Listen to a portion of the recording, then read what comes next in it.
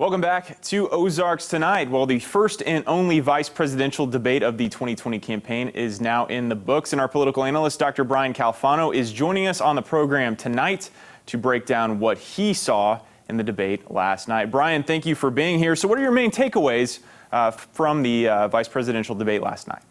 Good to see you, John. Yeah, it was just nice to be able to have the participants speak in complete sentences, which was something we couldn't get last week from the presidential debate. So at least we had that going for us.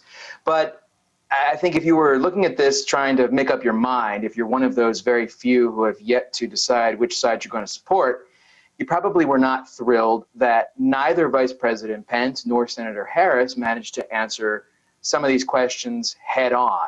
And I guess we've come to expect that with our politicians, but it essentially makes you wonder then what's the point of these debates? If they're going to be asked questions directly and they don't adhere to the time, there was a lot of interruption, particularly by Mike Pence in terms of taking Kamala Harris's time, a little bit on the other side too, but mainly Pence taking up more of her time.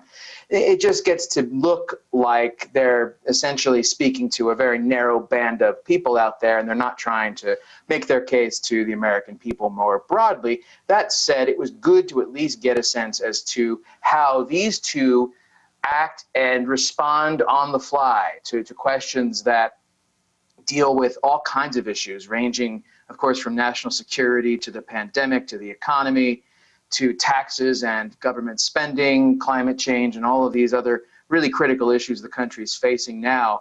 I think there is no good that comes out of trying to declare someone a winner in these situations. I think in the end, both did what was necessary in terms of supporting the two men at the top of the ticket who will maybe debate again. We have to wait and see how all of that news from today pans out.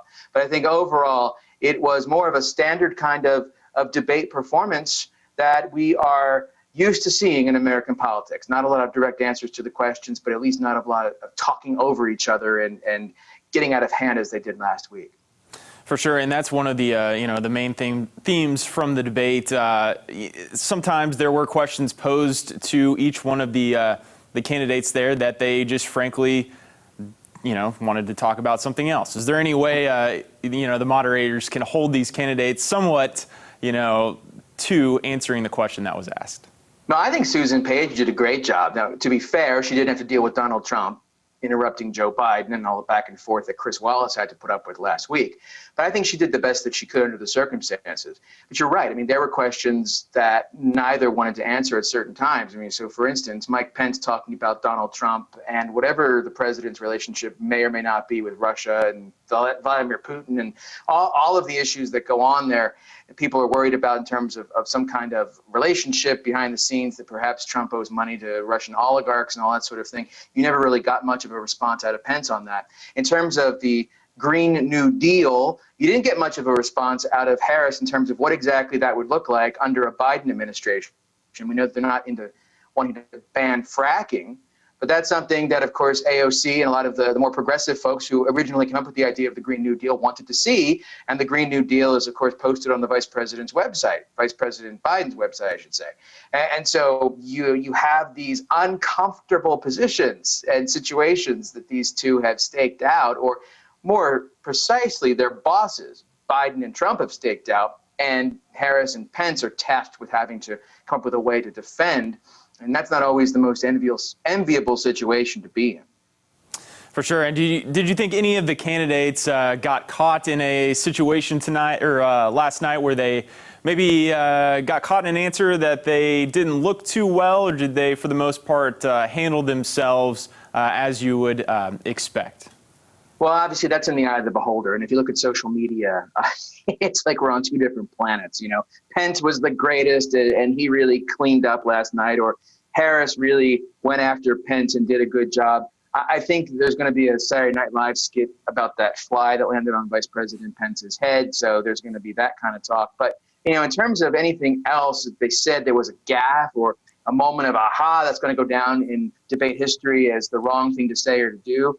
The answer there is, I think, no. They're both seasoned performers, if you will, political performers, debaters, presenters of their ideas. There's not going to be a ton of those kinds of mistakes made by either of them.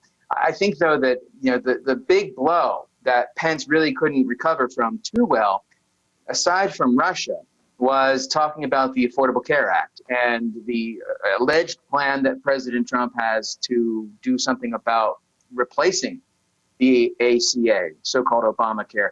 That's something the president's been talking about for almost 4 years, and it's not come to fruition. And we're not really sure what's being talked about in terms of protecting folks from pre-existing conditions and those sorts of things.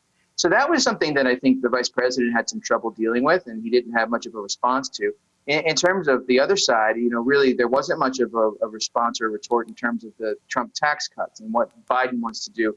We keep hearing about wanting to only raise taxes on those making $400,000 and above. But as folks know by now, what gets proposed in a presidential campaign and what ends up being enacted in the legislation once Congress gets done with figuring out what's going to happen are two different things entirely.